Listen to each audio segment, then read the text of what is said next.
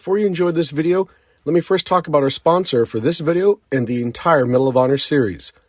Our sponsor is Kimages, a veteran-owned photoshopping and custom gift-making business.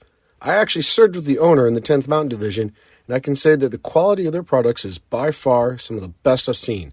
In fact, the shirt that I'm wearing in the video was made by Kimages.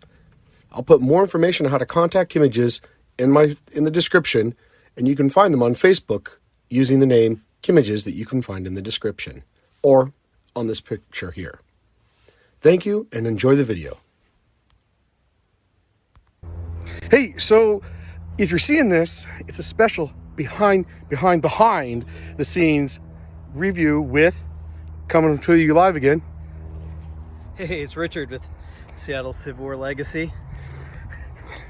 And Richard's going to talk to us about somebody really interesting that you'll need to visit should you come to Evergreen Washelli. Yeah, so we're here.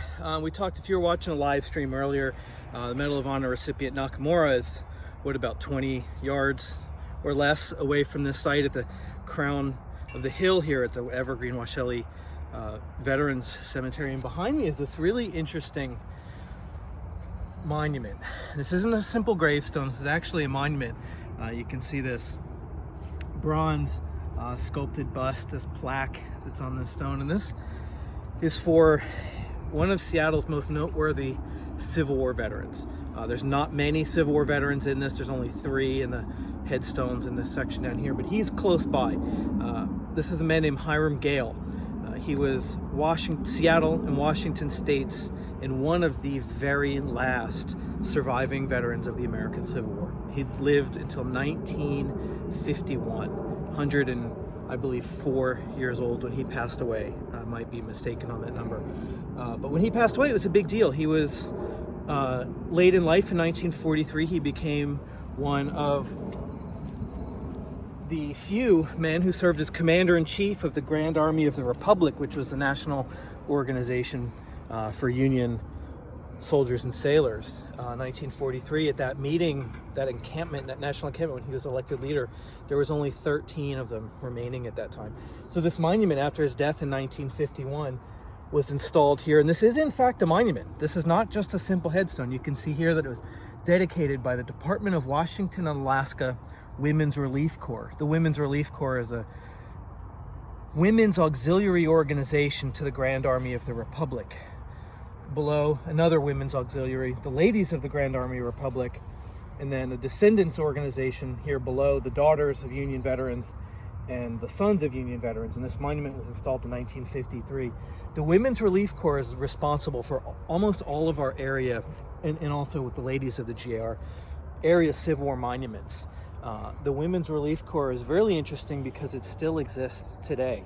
Unlike the GAR itself, you didn't have to be blood related or have served yourself. The Women's Relief Corps was open to any women who could uphold the standards of the organization and its charity work and its benefit work and so on. So there's a lot of history here. Department of Washington and Alaska was both the Women's Relief Corps and the GAR. So this tells a lot of the story of the monumentation and the remembrance and the commemoration of Seattle area Civil War veterans. And Hiram Gale, we can come back around to see his picture. Maybe Evan can zoom in on the plaque here. Gives the specifics of his service. That he was the last surviving member of the Grand Army in Washington. He was commander of the Department of Washington and Alaska and commander of the national level of the Grand Army of the Republic. Well-known guy. He presided over Memorial Day parades as he got older in years. When he was 98 years old, he fully marched on foot the route of the Memorial Day parade in downtown Seattle. So he was a pretty hardy and healthy guy right up until the end. So this is Hiram Gale and his monument. So if you come up here, there is an actual Civil War monument here in the Evergreen Washelli Cemetery. And you'll understand that is just a preview of some of the stuff that Richard does on his page, the Seattle Civil War Legacy. You see right there, he really highlights Seattle's connection and a little bit to the extent Greater Washington's connection to the Civil War. Sure. But monuments like this one right here, They are hidden. And if you want to know where they are, like, follow Seattle Civil War Legacy. Yep, and thanks to Evan for letting me participate today in the support. And we've worked together a few different times on some stuff, and hopefully we'll do that more in the future too. With his passionate work with the Medal of Honor and later veterans, and my interest in the Civil War veterans, it makes for some pretty good content for you guys, and hopefully we need to find somebody who does the Spanish-American War. We do. Yeah, because that's a big deal. So if you're watching this and you really are in Washington and love the Spanish-American War, get in touch with us.